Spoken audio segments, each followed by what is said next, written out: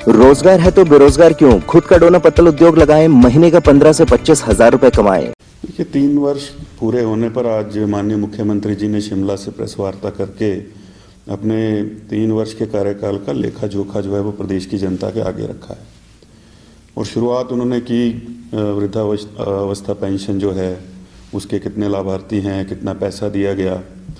और ये तो जब से वृद्धावस्था पेंशन शुरू हुई है, हर सरकार ने समय समय पर उसमें वृद्धि की, जब भी सरकारें आई। उसके बाद उन्होंने कहा कि हमने पूरे प्रदेश के अंदर जो है वो जनमंच कार्यक्रम शुरू किए और उसके माध्यम से जो है वो लोगों की जितनी भी समस्याएं थी वो दूर हुई। और ये किसी प्रदेश में पहली बार हुआ है देश के अंदर। मुख्यमंत्री जी ये भूल गए कि उनसे पहले भारतीय जनता पार्टी के मुख्यमंत्री रहे प्रेम कुमार धूमल, उन्होंने खुला दरबार लगाने की प्रथा शुरू की थी। तो अगर आपने नाम बदल दिया है और उसके बाद उसका नाम जनमंच कर दिया है और जनमंच के माध्यम से जो लोग वहाँ जाते हैं वो कितने संतुष्ट होकर के गए हैं, ये धरातल पर जा कर के पता चलता है। और ये सिर्फ एक माध्यम बन गया था कि जो अधिकारी कर्मचारी गए हैं, जो अपनी नालायकी का ठीकरा है वो उनके सिर पर फोड़ दिया जाए। उसके अलावा चाहे आप रोजगारों पर देख लीजिए, बेरोजगारी के ऊपर कोई नीति नहीं, उसके ऊपर कोई उनका कोई आंकड़ा नहीं आया। जितनी देर वो बोलते रहे उस पर कोई चर्चा नहीं की है। पर्यटन की आपकी नीति क्या है, उसके ऊपर आपने कुछ बताया नहीं है। भारतीय जनता पार्टी के ही प्रधानमंत्री रहे हैं अटल बिहारी वाजपेयी, उनके समय में यही प्रदेश है जिसको 2 बार स्पेशल पैकेज मिले, चाहे वो इंडस्ट्रियल पैकेज था, चाहे वो आर्थिक पैकेज था। आज आपकी सरकार है केंद्र के अंदर भी, प्रदेश के अंदर भी, लेकिन आपके 3 वर्ष के कार्यकाल में क्या स्पेशल पैकेज आया है उसकी कोई चर्चा नहीं हुई है।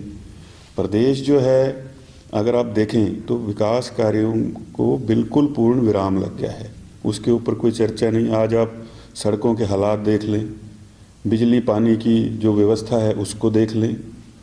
और 3 वर्ष का आपका कार्यकाल रहा है, आपने घोषणा की थी कि मंडी के अंदर अंतर्राष्ट्रीय हवाई अड्डे का काम शुरू होगा, वो कहाँ तक पहुँचा उसके ऊपर आज आपने कुछ नहीं कहा।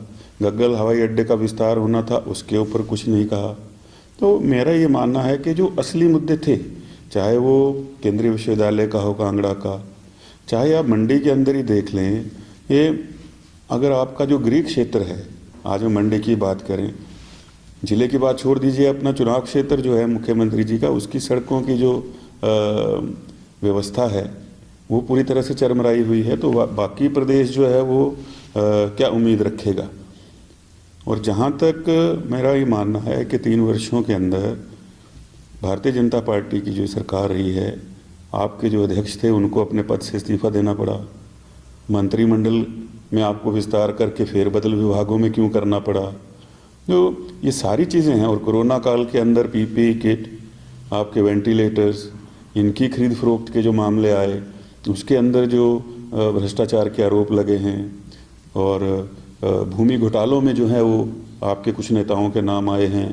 तो ये भी जब ये गिना जाएगा, और जिस तरह से आप स्कीमें बदल बदल करके ये बार बार कह रहे हैं कि ये पहली बार हुआ, नई चीज़ है, इससे पहले देश में कहीं देखने को नहीं मिली।